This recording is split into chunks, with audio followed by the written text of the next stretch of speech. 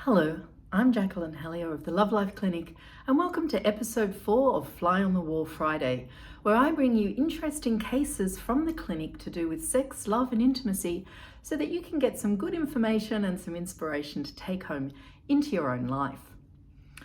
And today's case, it's the case of the obligation sex, or should I call it the case of the low-level sexual trauma.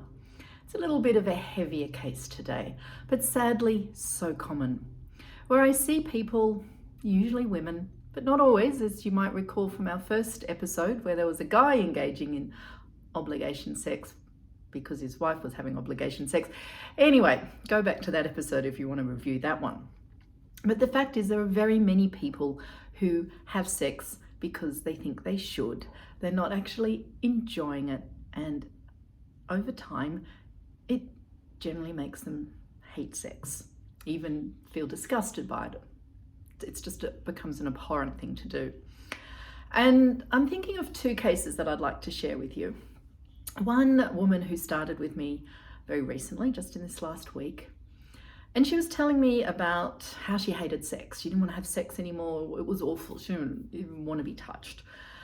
And when she was telling me about her experiences with her husband, who she loved very much, and he loves her, I said to her, "Sounds like you've been having obligation sex."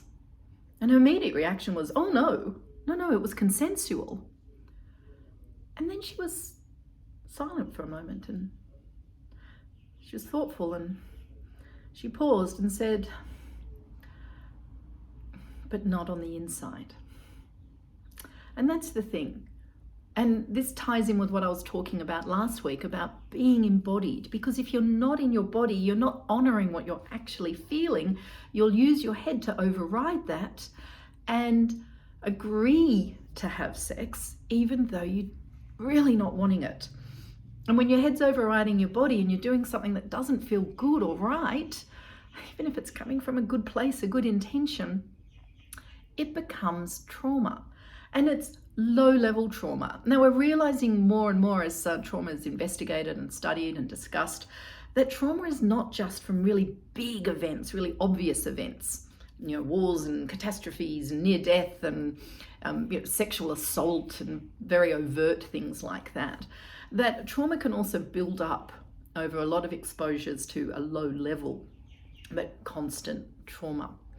And I see this so often, particularly with women. In fact, it's a whole history of female sexuality that women were not supposed to be sexual. We were just supposed to do it for our husbands because they had their needs, and well, we had to pump out a few kids along the way. But really that whole lie back and think of England thing is very much part of our cultural psyche. It's in there. And so many, even very modern, independent, educated, clever women still buy into that sort of approach to sex, as in case this particular woman had too.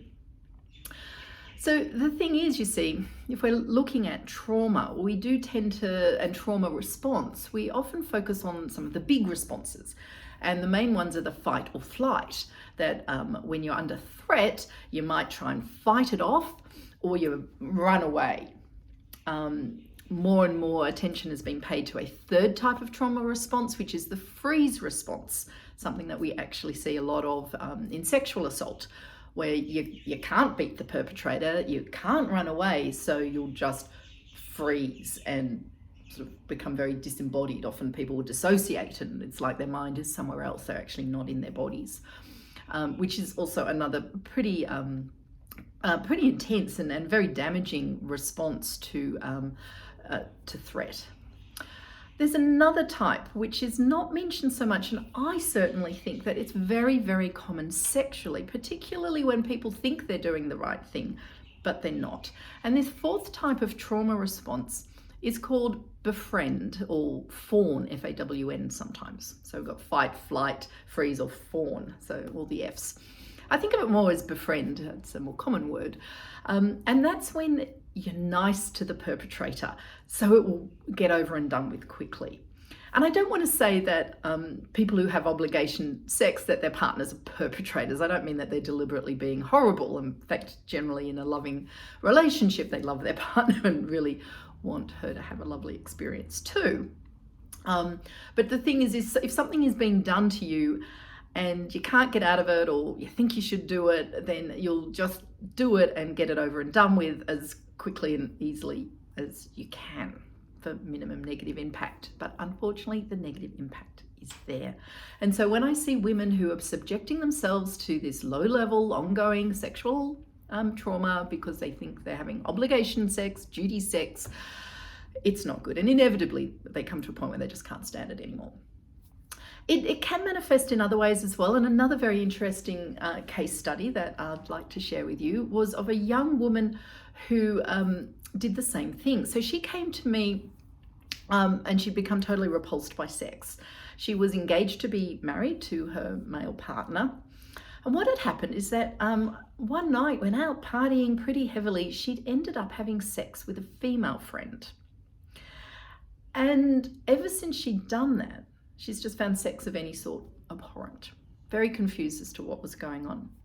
But when we started talking about threat response, she realized that what she'd done in that encounter was that fourth type, the befriend, the try and get it over and done with.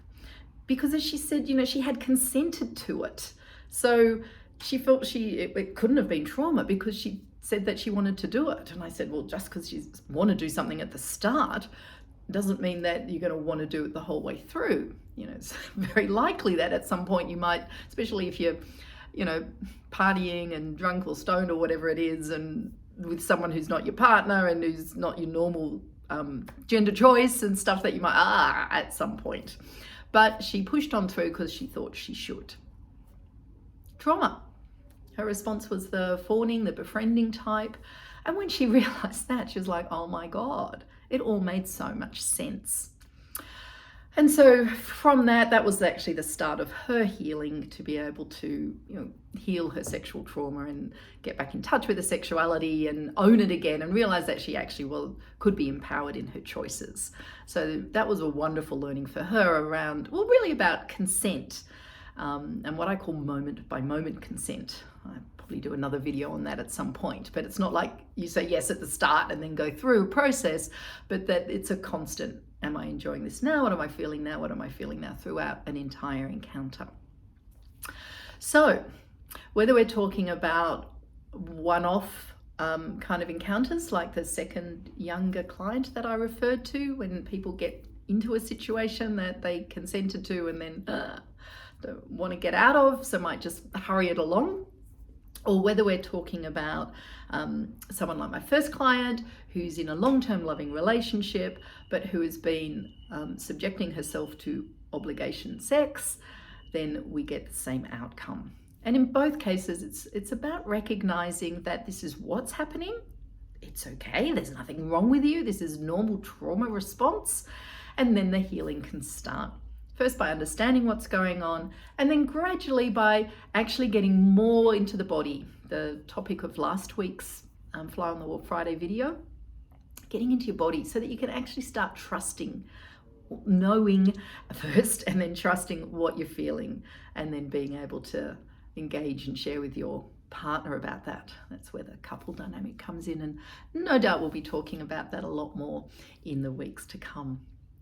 So I hope you found today's two cases interesting and the topic interesting, maybe insightful, might even have set off some light bulbs of your own.